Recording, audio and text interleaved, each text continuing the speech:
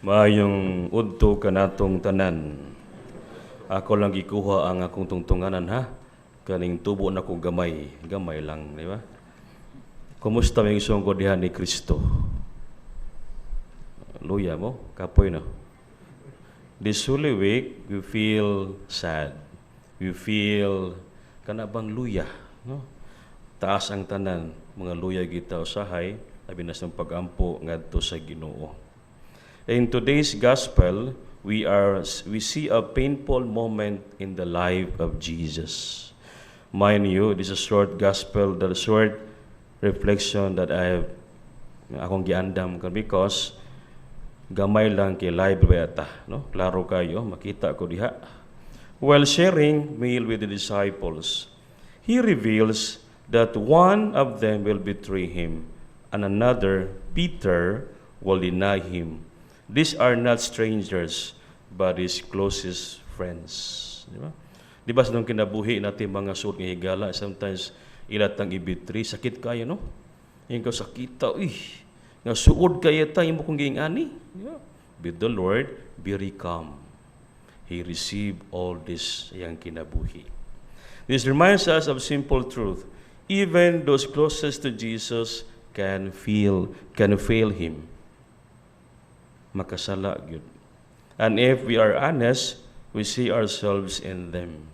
We can see ourselves to the people surrounds Jesus. Amen. Di ba? Si Kristo, sa iyang paglakaw, sa iyang pagpaningkamot, nagi mga tao, nagi musunod kaniya nga usahay laglagon siya sa mga suod nga higala. Sometimes we are like Judas in the gospel today. We choose convenience over conscience. For example, when we lie to avoid consequences, cheat in our work, or choose money over honesty, we betray Jesus in small ways. Di ba? Dili lang kayo betray, labi na sa itong pagbidusong mga higala, napay pangitabo nga din nga betray Jesus, sabi sa itong pagrelasyon nga ito sa isig kaingon, is given.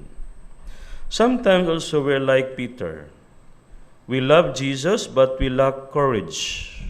You say, I love the Lord with all my heart, with all my mind. Diha ra kutob.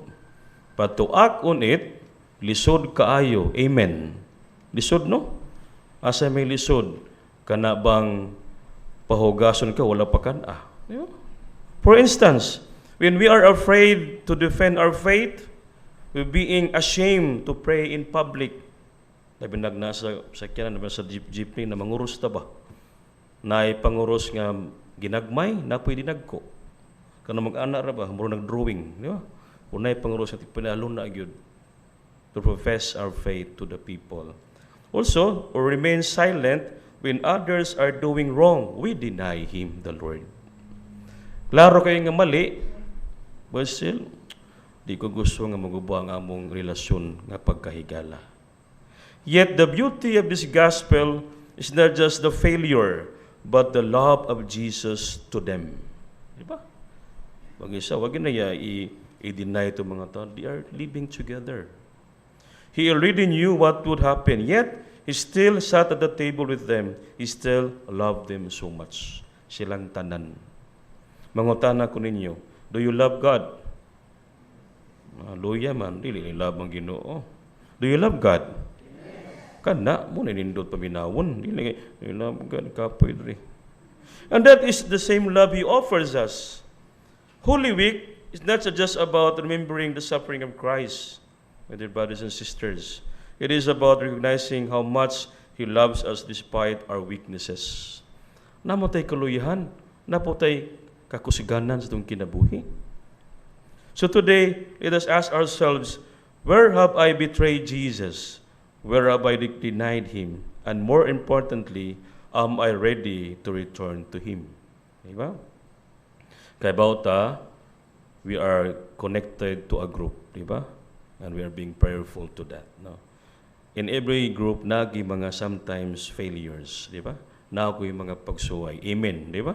No, Apilingin yung pare mo sa'yo magsamok pamanggani, no? Pero, continue to journey, continue to grow closer to Jesus in this time of Holy Week and even other times. Like Peter in the Gospel, we may fall, but we can also rise again. No? Like Judas, we may sin, but unlike him, we are called to trust in God's mercy and come back to God. It is Holy Week be a time not of despair, but of return back to Jesus. Because you're being created out of love, because God is love. Amen.